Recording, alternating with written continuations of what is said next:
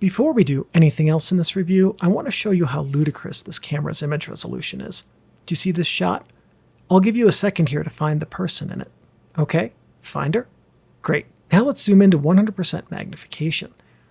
This may or may not translate in a 4K compressed YouTube video, but on my screen, I can see the veins in her feet, shorts hemline, stitches at the shoulder of her tank top, and the temples on her sunglasses. So that, I hope, paints a picture of what this camera can do. Now let's get on to the review.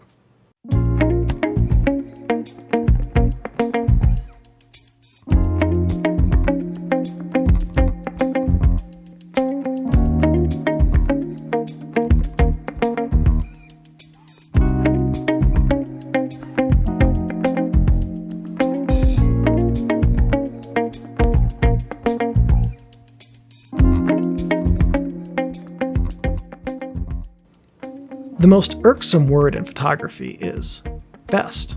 There's this gearhead obsession with the best lens, best camera, best film, tripod, flash, filter, whatever.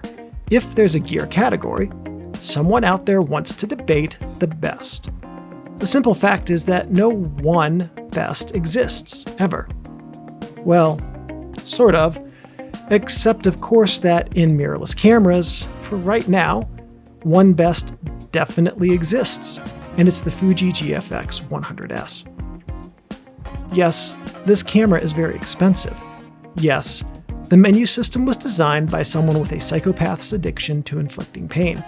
That said, balancing cost and capabilities, if you are in the $6,000 camera market, a market with options like the Sony Alpha 1, Canon R3, Leica Q2, Hasselblad 907X, and of course the Nikon Z9, well, this camera should be on your list to look at, and it will likely be the best camera on that list.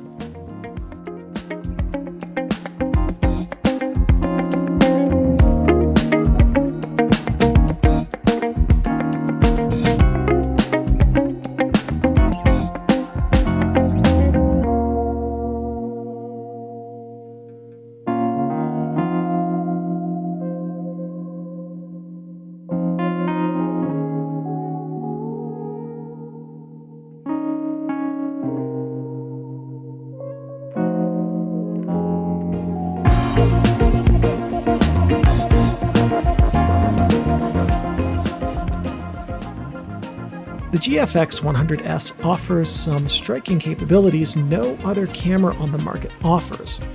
First among them is the stunning 100 megapixel sensor that's backed by the best color science and image software I've ever encountered on a camera. The GFX 100S delivers images that look more real than real life, 4K video that pops off the screen like a sucker punch, and raw editability that makes good results easy to achieve without even knowing how. In the hands of someone who can actually capitalize on all of that, it would be hard to imagine a better go-to photographic tool.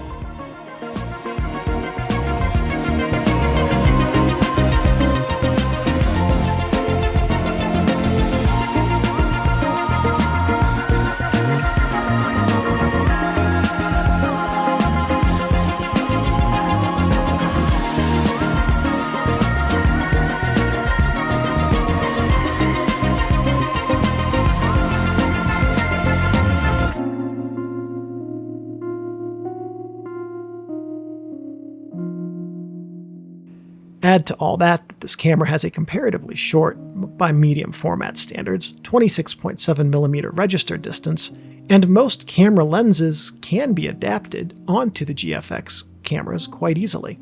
Oh, yeah, I think I forgot to mention that earlier. This is a stunningly powerful medium format camera priced to compete with the top-end full-frame cameras. Not only does it compete with them, in terms of sheer image quality and video rendition, the Fuji GFX 100S, without breaking a sweat, destroys the competition and drags it back to the barn behind a tractor.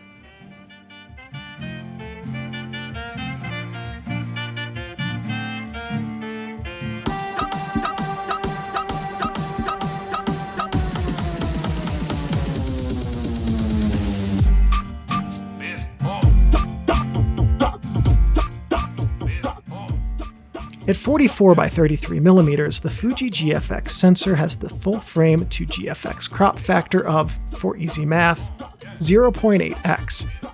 So a 50mm lens on GFX has an angle of view equivalent to a 40mm full-frame lens on a full-frame camera. But it also gives the photographer a 50mm lens's relatively shallow, comparatively, depth of field. This means that the GFX cameras can isolate subjects from their surroundings better than a full-frame camera. Portrait photographers should be quite excited by that.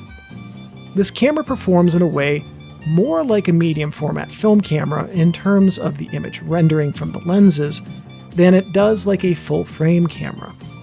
For those of you who pursue the medium-format film look, this is as close as you're likely to get in digital for some time.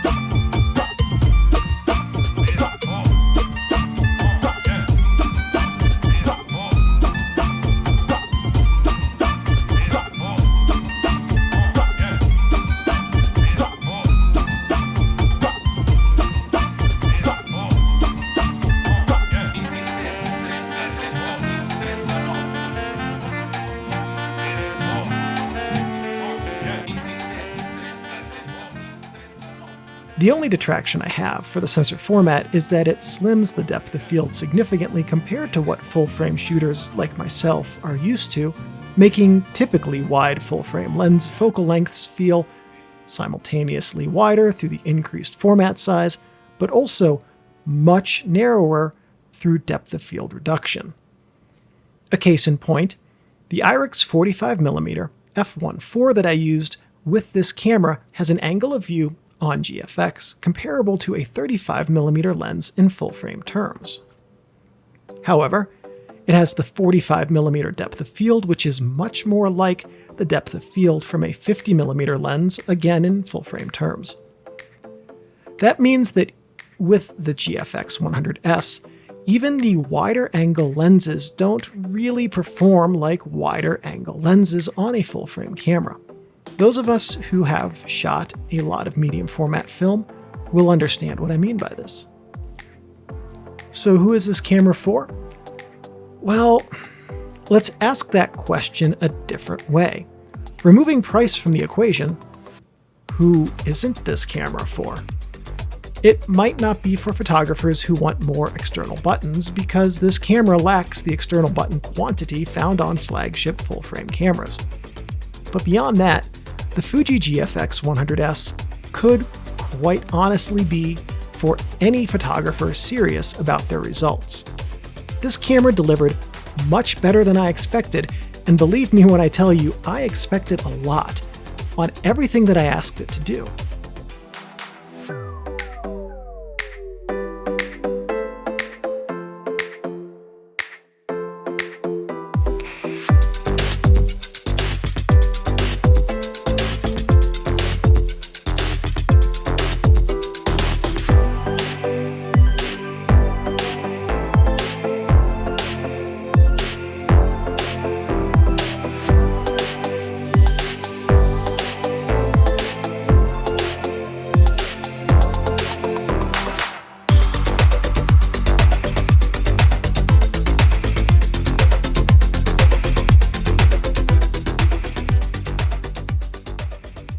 The GFX 100S yielded the highest quality images I've seen, period, in terms of resolving power, fine detail, color accuracy, and overall image quality. The 100 megapixel images allowed zooming and cropping that could turn a wide-angle lens into a telephoto, and, displayed on social media, no one would be any the wiser. The 4K video quality on the 100S was also staggeringly crisp, and a significant step up from the cameras I've been using. Much of this, of course, owes to the sensor, which last I heard is the best on the market today. And I buy that. But a sensor without hardware and software that allows it to perform to its fullest capabilities has no more to offer than a skipping stone on the shore that no one ever finds. And to that end, the best thing about this best camera is that it has the best software and color rendering software and algorithms I've encountered.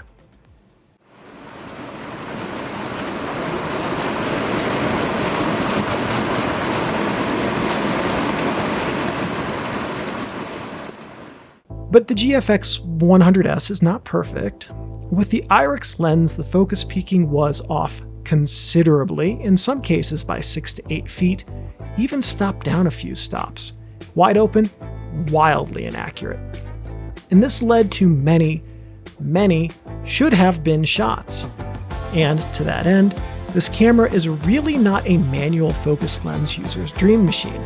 Yes, the camera will let you zoom in for critical focus, but the joystick-based controls for that are, at best, fidgety bordering wonky because of the joystick's placement. This is especially problematic when using the EVF.